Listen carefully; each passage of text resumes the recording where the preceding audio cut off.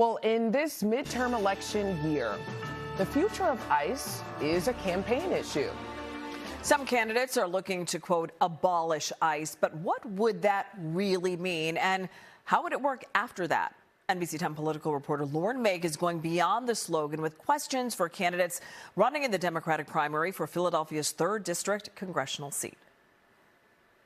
I'm running for Congress to stop Trump, bring down costs, abolish ICE. It's something we've heard from candidates here and across the country, a goal to abolish ICE. In our interviews with the candidates looking to represent Philly in Congress, we asked what it would mean. Who do you think should be in charge of enforcing immigration laws? It's a good question. And you can pause because I just want to think about it. Dr. Ayla Stanford ultimately said the responsibility belongs with Congress. Once you abolish, you have to rebuild. We're at a point where you can't reform something that is a paramilitary organization that is taking human life, so that they have no discernment.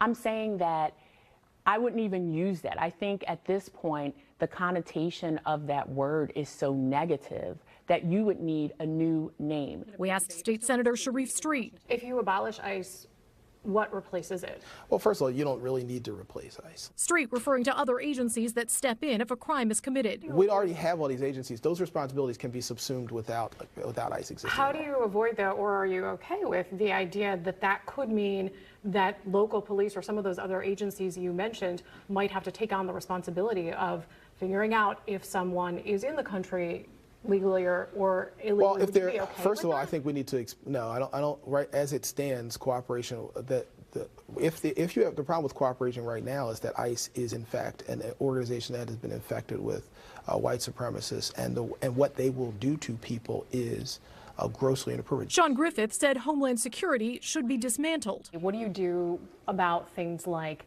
TSA and security at airports? How do you handle that?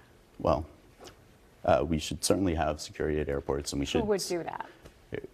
There were people doing that before 2001. There was not a TSA There was operation. not. He said model things more like they were before, taking what's good about TSA. State Representative Chris Rabb has also advocated for abolishing ICE. What do you think it should look like in the future? Yes. Well, the most important thing is getting rid of what's wrong now and then investing in an immigrant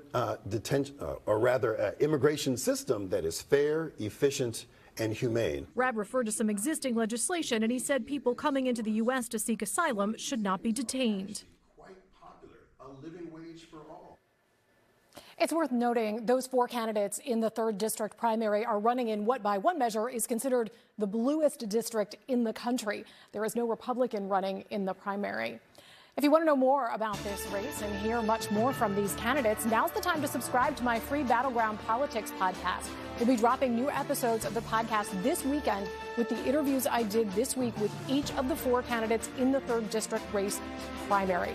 Look for them on YouTube or subscribe wherever you get your podcasts.